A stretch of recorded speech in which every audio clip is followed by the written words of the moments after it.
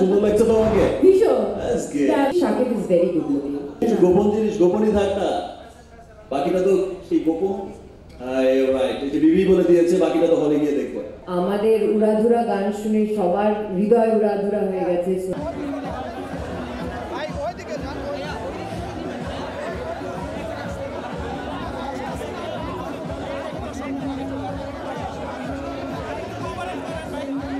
তোমার কি বোর লাগছে আমাকে দোকান লোকে দেখে?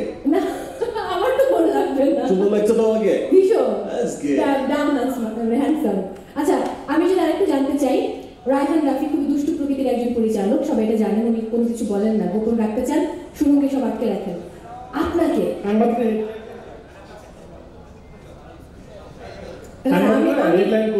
আমি একটু পজিটিভ অর্থ বলেছি, মানে পরের প্রশ্নে যাই এটা দিয়ে না, এটা নামে দুষ্টু প্রকৃতির পরিচালক রায়হান রাফি কে বললেন?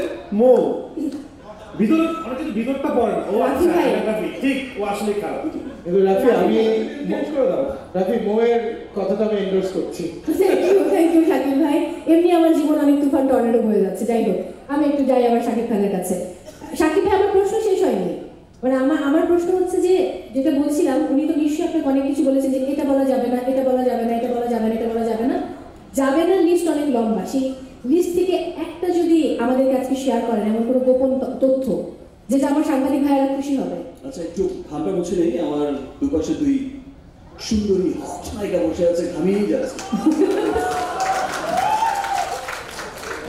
কি করবো, প্রশ্ন করবো? হ্যাঁ, এবারে গোপন কিছু যেটা রায়হান রাফির মানে বলা যাবে না লিস্টে রয়েছে, কিন্তু আপনি সাংবাদিক ভাইদের জন্য আজকে বলে দেন। আর মাত্র 4 দিনই তো আছে। আরে ধরে কিছু গোপন জিনিস গোপনই থাক না, বাকিটা তো সেই গোপন। রাইট, এই যে বিবি বলে দিয়েছে, বাকিটা তো হলে গিয়ে দেখবো। এটা কোনো কথা তো বিবির কথা তো আমি ফেলতেই পারবো না। নো, অসম্ভব ব্যাপার। আচ্ছা, ওকে। ভীষণ কষ্ট পাবে। So firstly, Shakib is very good looking. So to work, মানে একজন এত ভালো, এত সুন্দর, হ্যান্ডসাম, গুড লুকিং পোস্টারের সাথে, আমি এটা ওকে আগে বলে দিলাম যাতে ও আমার প্রশংসা করে। But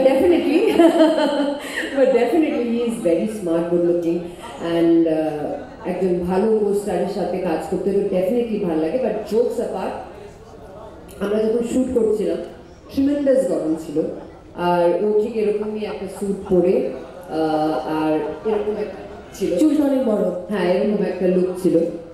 সো মানে একবারও আমি ওর মুখ থেকে দেখিনি যে উফ বলতে।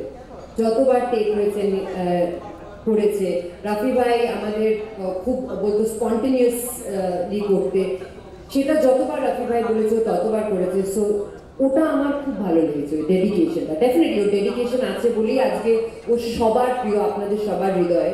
সো এটা অনেকটা বড় শিক্ষা আমার মনে হয়। মানে নিজের গানকে এবং ওটার পপুলারিটি নিয়ে কথা বলাটা খুব ডিফিকাল্ট, কিন্তু আমার মনে হয় ভিউজ দেখেই সবাই বুঝতেই পারছে যে দর্শক কতটা ভালোবেসেছে আর আমাদের এই গানটার কতটা পাশে আছে। সো আমাদের উড়াধুরা গান শুনে সবার হৃদয় উড়াধুরা হয়ে গেছে, সেটা